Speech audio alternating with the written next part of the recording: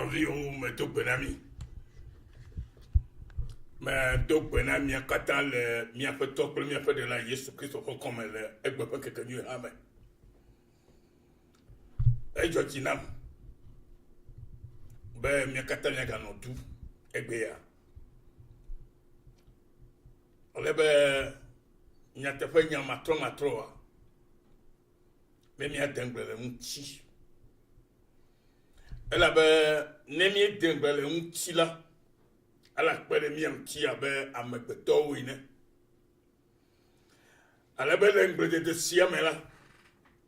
mi ades nu gom sesere to gochome bena watema kpele mi okatanti abe amekpeto ko mi sikemi nyene elle avait egbela amegedeo ole ko yobe onye Kristo. Vo bien nyebe Kristo to nyenye gomede.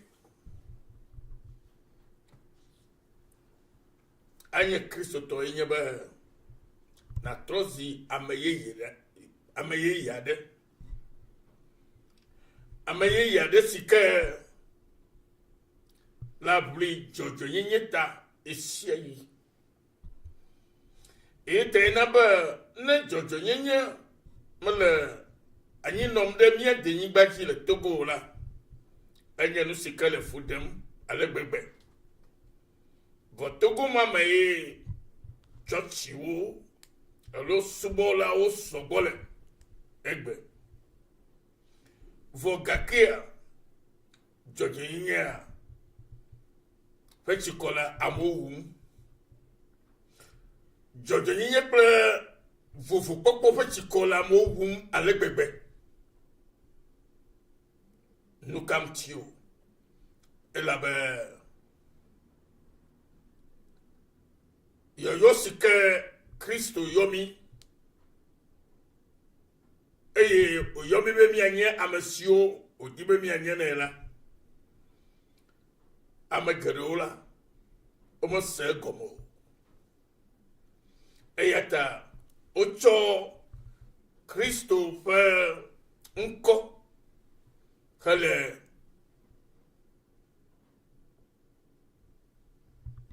anu fun kuremu gaka omo se yo agomo omo se tetia gomo yenabe egbela amegero si oyo de kobe Kristo tola o le fukbem o le ayadum elabe de popo keme jojo nye fa gbele nami katan kenye Kristo to nyate poto la mele amesio ma o minye bana bibla bona mibe ekpe gbaja ple edukote tie minye ekpe gbaja defe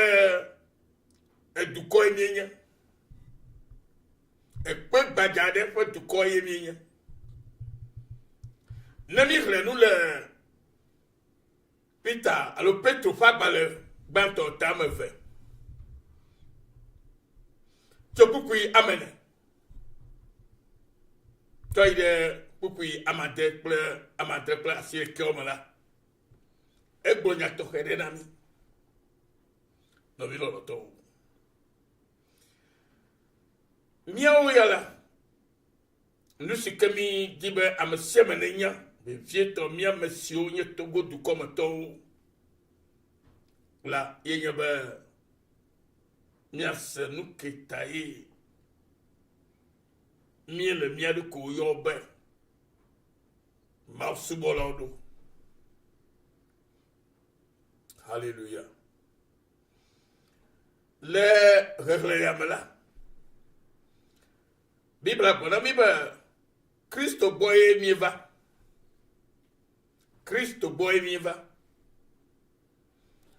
ye komenye ba neva amade bola edola jesi amen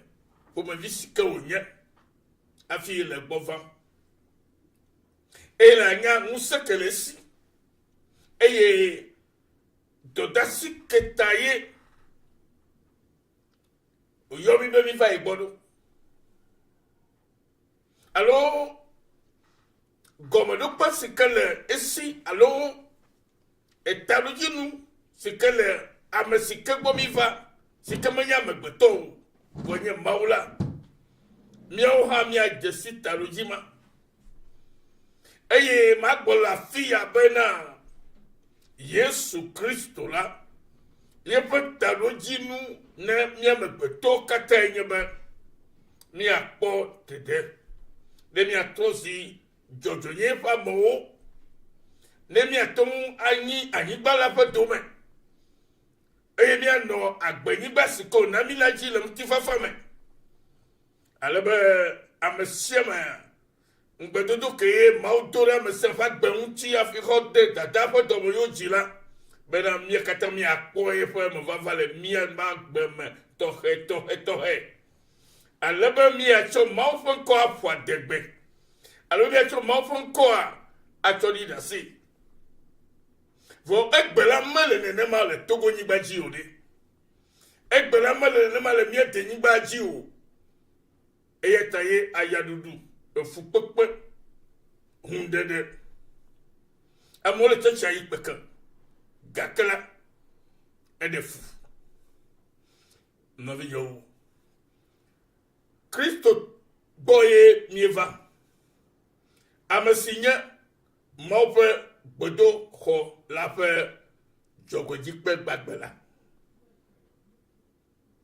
Kristo ke gbomi vala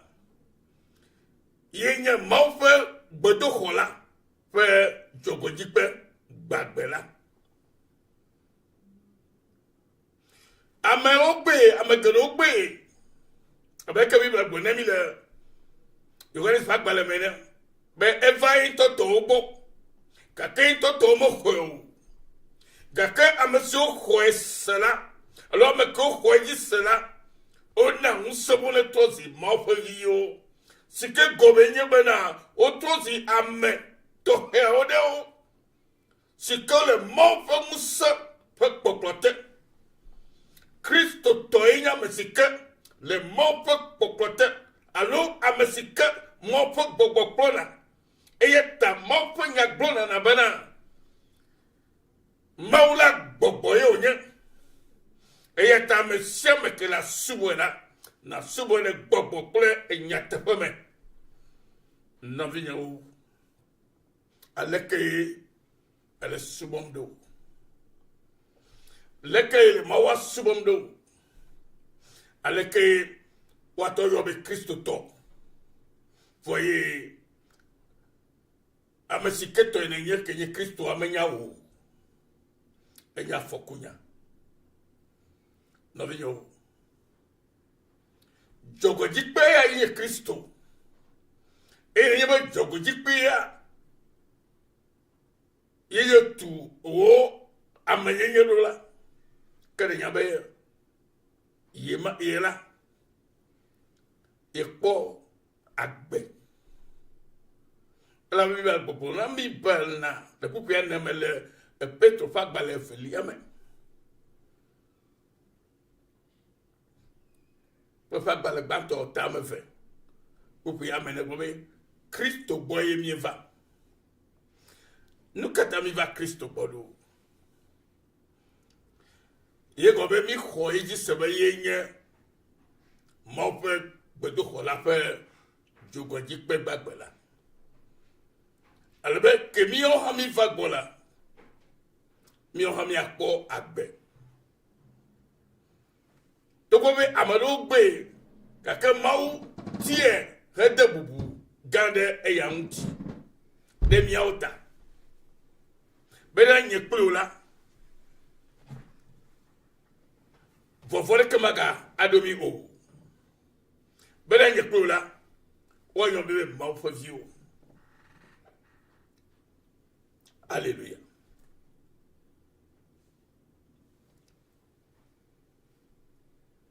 et tabe azola miemu ha abe ekpe gbajao enela ochomi le gbɔgbɔ me gbedoxɔ tum. Alléluia. Míawo hã abe ekpe gbagbewo ene la.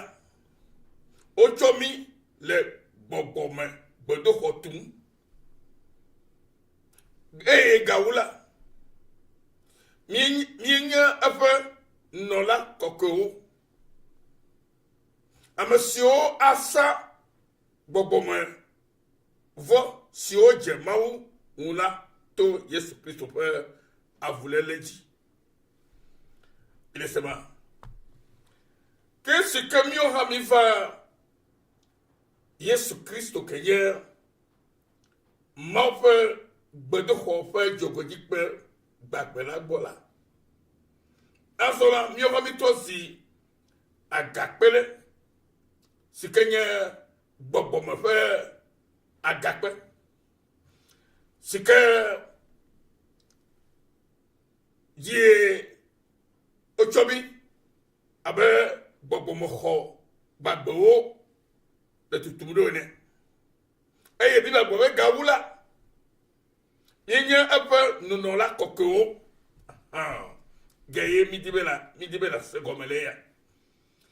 Enunɔla kɔkɔe. Ame si va Kristo gbɔ la, etrɔ zi ame kɔkɔe, ame dzadze, nuteƒewɔla, ame si ke me ye kekeli klẽ ɖo, ke to agbe yeye gɔme, ke ye me ye nuxoxo nu va yi le, ke to zi ame ŋutɔŋutɔ tɔxɛ ɖe le mɔ ƒe tetie nu, elabe dɔ si ke Kristo wòle mi la, ewɔe na mi be nye kplo miatrɔ zi ame kɔkɔewo, ame tɔxɛwo, ɖeɖekpɔlawo, ŋutifafa amewo, lɔlɔƒe amewo, dzɔdzɔenye ƒe amewo, bena míawo katã la míatɔ anɔ tu le ɖekawɔwɔ me eye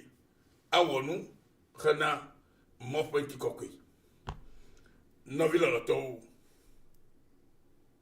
míaɖo le ase gɔme be míame siwo dze Mawu nu la, wonye míame siwo xɔ Kristo ƒe avulédɔ, avuléku ƒe dɔ si ko wɔ na mi la dzi se. Eye wotu mi ɖe Kristo me azɔ. Eye nenye be míenye be wotu mi ɖe Kristo Yesu me azɔ la, ke míawoe nye ame siwo nye dzɔdzɔenye ƒe amewo. Be meka ɖe si ke alo meka afi si ke ne le o alo ame ƒomevi ke ne nye o. Etrɔ zi ame bubu ke le abli dzɔdzɔenye ta esia yi le nɔƒe, le duwo me, le ƒomewo me, le aƒewo me, eye le eduto me, le nu sia nu me. Bena ɖe Kristo ƒe nyenye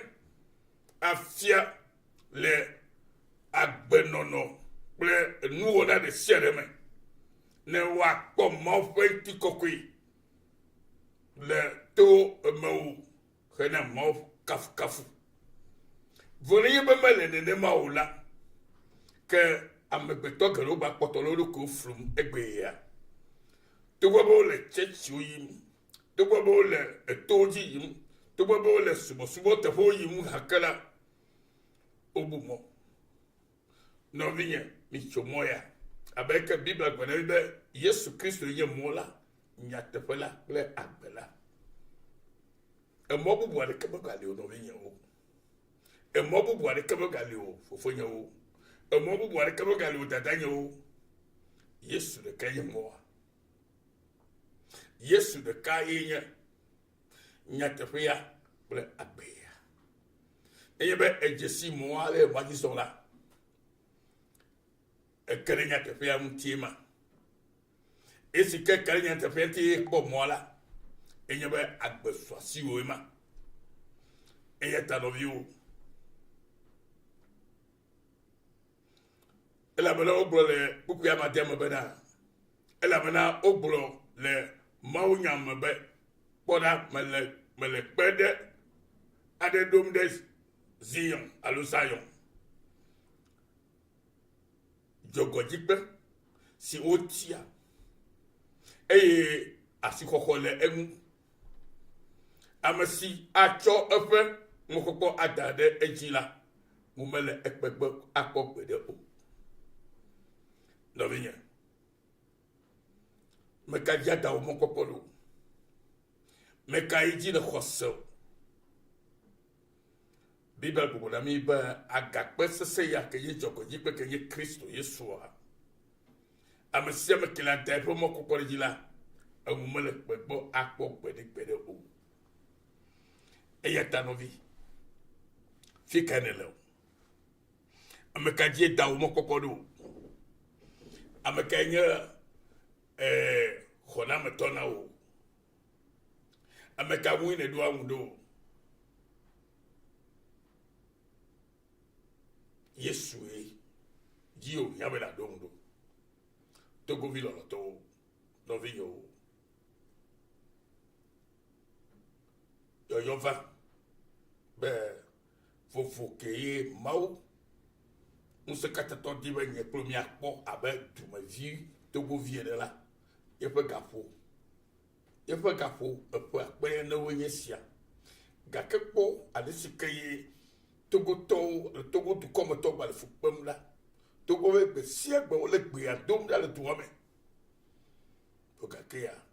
enuwo gba le nenema gba le nyanya ble dzi amewo le fu kpem ale gbegbe Mawu ɖe me sia miaƒe gbedodoɖa wɔa esene kpɔnu ke di tso wo gbɔa alo mia gbɔ nye be mia katã la miatɔ si eviawo si ke nye dzɔdzɔnye ƒe amewo ale be gbe sia gbe la miaƒe agbenɔnɔ la na ɖe fia be nyateƒe miawoe nye Mawuviwo ale be miate ŋu akpɔ Mawu ƒe ŋusẽdɔwɔwɔ le miaƒe anyigba ke nye Togo la me ale be vuvukpɔkpɔ ke tso Mawu gbɔ na amegbetɔ la wòasu mia katã si gake egbe la mikpɔ be mele nenema o ke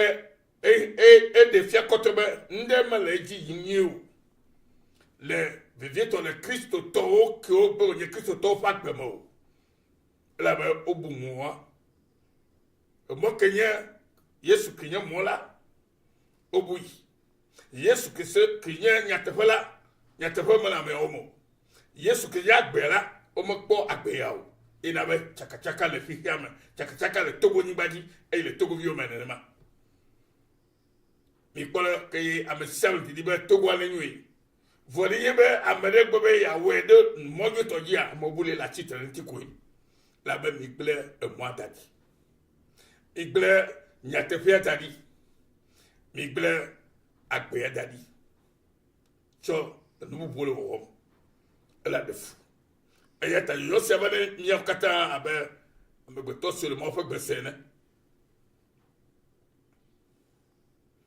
eya ta be azɔ la hena mi ame siwo xɔe se la ekpe sia nye ekpe xɔasi na mi ke na ame siwo mexɔe se o la ekpe sia xɔtulawo gbe la eya eva zu dzɔgɔdzikpe amen ne miame siwo xɔe dzi se la haleluya enye kpe xɔasi ɖe na mi ne be nu ɖe xɔasi la asixɔnu edona tso me na me ke wobe ame ɖewo gbe ke ame siwo gbe la etrɔ zi nu kekli na wo ya eta wo gbe kuku ya be nyame bena haleluya ekpe si nana amewo klia nu eye wònye agakpe si nana wodze anyi woklia nu elabena wogbetoɖoɖo nyanyui la esi hã nye nu si woɖo woɖina ame siwo katã gbe etoɖoɖo nyateƒe ya dzɔgɔdzikpe ya trɔ zi nuka na wo etrɔ zi nu kekle na wo ye la na wo le adzanyi ye le na be womate ŋu azɔ mɔa dzi o eye nyateƒea mele wo me o et agbopopo meleo et ya tanovi me di ben as egbe ya que godom le kapopo ya me apoto fo gbe yi manya egbe yo apoto fo gbe so tenu na be ma de gbe pa no be na senya de le me na trodenti no wa nyona mi kata ela be togo vi ogbumo bon wala gbagba je be iwayi de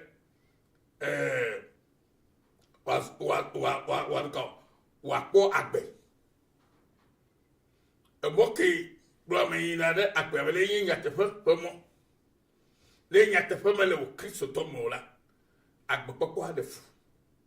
le nya tefe me le o Kristo to mo la o mo ke ja la to ma tan po Kristo ye nya tefe ya Kristo ye moi nya tefe pa pe ya le nya be nya tefe c'est que sonne le ya ye bien ye so sur la et moi la vuna o et nya tefe ha keretima et ye kere nya tefe la kere ya be akpeta suisi et ya tobe e wu ma pa me so kata do de alo to fo mo kokko dare joko ji pe ya ji o ke amasio gbe la wawla atos nu kekina o e yo ahofu ani no vinye meka no domo e ta troji mafifi le gbe se ke sa ale be khokho ke le mauma na nyenye ploto la be maulomi e vie to togo viu e ta togo du moto monsieur kata sia be ya sia kabi enye gana to nye beneto ne gbe sia be yakwa na be e kai hala mori jikoko torrenti na bo to trogara va bo no e Yesu Kristo pon come mi seigneur no vi Yesu nyo pon ko ma voyidula to forgiveness mission Australia on no promi be nyaga jila to pon ke come Yesu le yami gada e ko mi le duema e boko ko e kapo e popote e Yesu pon come